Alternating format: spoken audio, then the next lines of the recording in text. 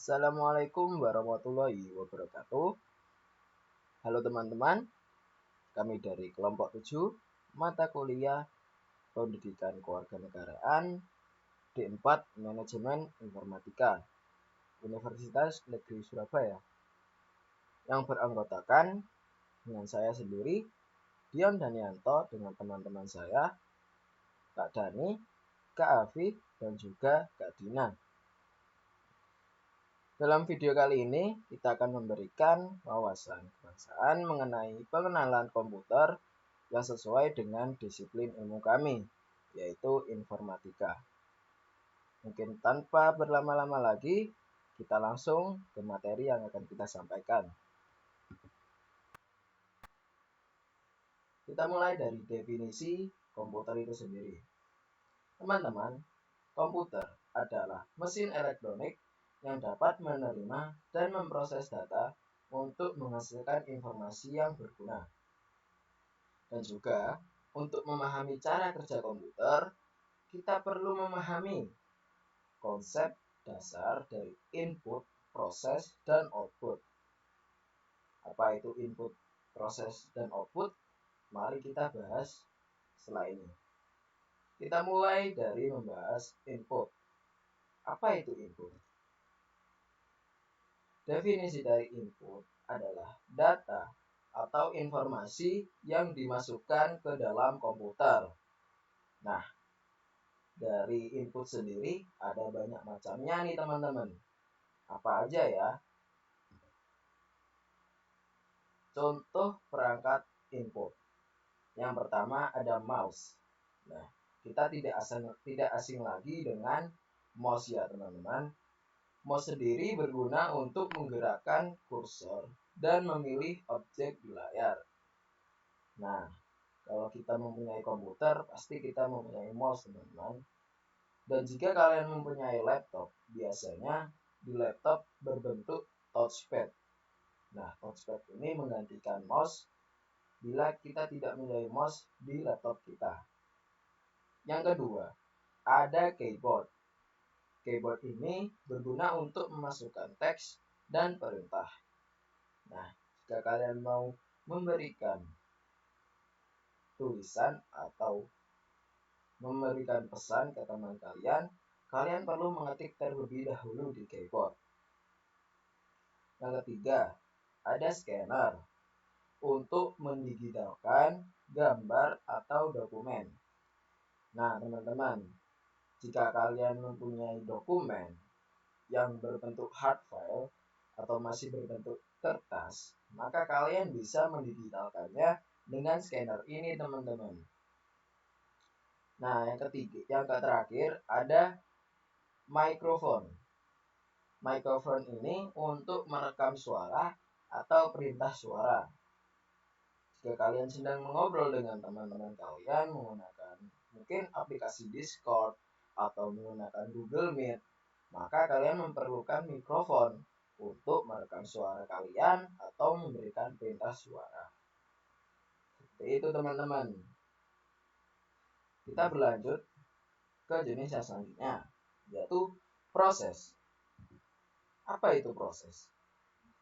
Definisi dari proses adalah langkah-langkah yang dilakukan oleh komputer untuk mengubah input menjadi output. Nah, jadi proses ini adalah perantara antara input dan juga output, teman-teman. Mari kita lihat contoh perangkat proses ya, teman-teman. Yang pertama ada CPU. Nah, CPU ini adalah otak komputer yang melakukan pemrosesan utama. Nah, ibaratnya CPU ini adalah pusat dari komputer yang kita gunakan. Biasanya berbentuk persegi yang ditanamkan pada motherboard, teman-teman. Yang kedua ada memori atau RAM. Memori ini adalah tempat penyimpanan sementara data yang sedang diproses. Makin besar kapasitas dari memori, makin besar juga atau makin banyak kita bisa memproses data yang ada di komputer. Yang ketiga ada storage, teman-teman. Storage di sini jika kita bahasa Indonesia kan berarti penyimpanan. Nah, sama seperti namanya, storage ini berguna sebagai tempat penyimpanan permanen data dan program yang ada di komputer kita, teman-teman. Nah, storage sendiri ada dua jenis, yaitu HDD atau SSD. Kita berlanjut ke output. Apa itu output? Definisi dari output adalah hasil dari pemrosesan data yang dilakukan oleh komputer. Istilahnya output ini adalah proses terakhir dari input, proses, dan juga output. Seperti itu. Contoh perangkat dari output adalah yang pertama ada monitor. Monitor di sini digunakan untuk menampilkan teks, gambar, dan video. Nah, pasti kalian sudah tidak asing dengan monitor ini. Karena jika kita mempunyai sebuah perangkat komputer, pasti kita harus mempunyai sebuah monitor. Jika kita tidak mempunyai monitor, maka kita tidak bisa melihat apa yang kita proses di komputer tersebut. Yang kedua, ada printer. Printer ini berguna untuk mencetak dokumen atau gambar. Kebalikan dari scanner, printer ini berguna jika kalian mempunyai dokumen yang berupa software. Maka bisa kalian cetak menggunakan printer ini, teman-teman. Yang ketiga, ada speaker. Speaker ini mengeluarkan suara atau audio. Jika kalian sedang menggunakan Google Meet atau sedang mengeluarkan sedang mendengarkan lagu di YouTube, maka kalian memerlukan speaker untuk mengeluarkan suara atau audionya, teman-teman. Nah, yang keempat ini kita berlangsung ke software, teman-teman, atau yang bisa kita sebut dengan perangkat lunak. Nah, kita bahas definisi dari software. Software ini merujuk pada serangkaian instruksi yang memberitahu komputer bagaimana melakukan tugas tertentu. Software ini seringkali disebut juga aplikasi, teman-teman. Jika kalian mempunyai komputer, pasti kalian mempunyai aplikasi-aplikasi yang ada di dalamnya. Itu disebut software ya, teman-teman. Nah, di sini kita mempunyai contoh software. Yang pertama ada sistem operasi. Sistem operasi adalah perangkat lunak, sistem yang bertugas untuk melakukan kontrol dan manajemen perangkat keras serta operasi-operasi dasar sistem. Nah, teman-teman, jika kita mempunyai komputer, maka pasti kita mempunyai sistem operasi. Karena jika tidak mempunyai sistem operasi, maka kita tidak bisa menggunakan komputer kita secara optimal. Karena dengan sistem operasi, kita bisa dibantu untuk memanajemen perangkat keras dan juga perangkat lunak yang ada di komputer kita, teman-teman. Nah, contoh sistem operasi yang sedang kita gunakan, umumnya kita menggunakan Windows ya, teman-teman. Tapi beberapa orang juga menggunakan Linux dan juga Mac OS di beberapa perangkat tertentu. Yang kedua, ada Microsoft Office. Microsoft Office adalah perangkat lunak paket aplikasi perkantoran buatan dari Microsoft. Nah, kalian tahu nggak contoh-contoh aplikasi dari Microsoft Office ini? Ya, benar sekali. Contoh-contoh aplikasi dari Microsoft Office ini biasanya adalah Microsoft Word, Microsoft Excel, dan juga Microsoft PowerPoint.